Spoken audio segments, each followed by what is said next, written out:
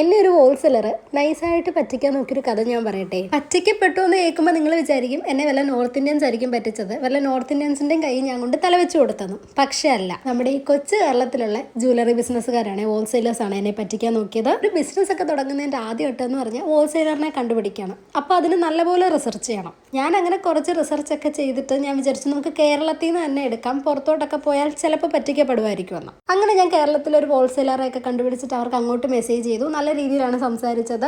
പ്രൊഡക്റ്റിൻ്റെ details share ചെയ്തു, photo share ചെയ്തു. എനിക്കും കണ്ടപ്പോൾ ഇഷ്ടപ്പെട്ടു. അങ്ങനെ പിന്നെ നമ്മൾ നേരെ നമ്മുടെ ഹോൾസെയിൽ റേറ്റിൻ്റെ കാര്യത്തിലേക്ക് വന്നു. അവരൊരു റേറ്റ് പറഞ്ഞു. എനിക്കും വലിയ കുഴപ്പമില്ലാന്ന് തോന്നി. കാരണം ഞാൻ വിചാരിച്ചു ഇതൊക്കെ ആയിരിക്കും ഇപ്പോഴത്തെ റേറ്റ് എന്ന്. അത് മാത്രമല്ല, ഞാൻ ഈ ഫീൽഡിൽ ആദ്യം ആയതുകൊണ്ട് എനിക്ക് റേറ്റിനെ പറ്റി അങ്ങനെ വലിയ ഐഡിയ ഒന്നും ഇല്ലായിരുന്നു. എന്തായാലും കേട്ട വാതി കേൾക്കാത്ത വാതി ഞാൻ എൻ്റെ വീട്ടുകാരോടും ക്ലോസ് ഫ്രണ്ട്സിനോടും പറഞ്ഞു എനിക്ക് ഹോൾസെയിലർ സെറ്റ് ആയിട്ടുണ്ടെന്ന്. അപ്പോൾ അവരെടുത്ത വായിൽ പറഞ്ഞു നീ എവിടെ പരിപാടി അവതരിപ്പിച്ചാലും നമ്മുടെ കയ്യിൽ നിന്ന് കുറച്ച് കാശ് ഇറങ്ങിയിട്ടുണ്ട്, അതുകൊണ്ട് നീ ഒന്നുകൂടെ റിസർച്ച് ചെയ്യാൻ. അങ്ങനെ ഞാൻ കാര്യമായിട്ട് ഒന്നുകൂടെ റിസർച്ച് ചെയ്തപ്പോഴാണ് എനിക്ക് ആ സത്യം മനസ്സിലായത്. നമ്മുടെ ഈ കേരളത്തിലെ ഹോൾസെയിലറില്ലേ, അവർ ആ ഹോൾസെയിൽ റേറ്റ് പറഞ്ഞത് ഭയങ്കര കൂടുതലാണ്. അത് മാത്രമല്ല, ഇവർ ഈ ഹോൾസെയിൽ റേറ്റ് പറഞ്ഞുണ്ടല്ലോ, അത് നമ്മൾ നമ്മുടെ റീറ്റെയിലേഴ്സിന് കൊടുക്കുന്ന റേറ്റിനെക്കാട്ടിലും ഒരുപാട് മുകളിലായിരുന്നു. എന്തായാലും ഈ ഒരു ഇൻസിഡൻറ്റ് കാരണം എനിക്ക് ചൈനയിൽ നിന്ന് കുറച്ചുകൂടെ പ്രീമിയം പ്രൊഡക്റ്റ് സെല്ല് ചെയ്യുന്ന നല്ലൊരു ഹോൾസെയിലറിനെ കിട്ടി.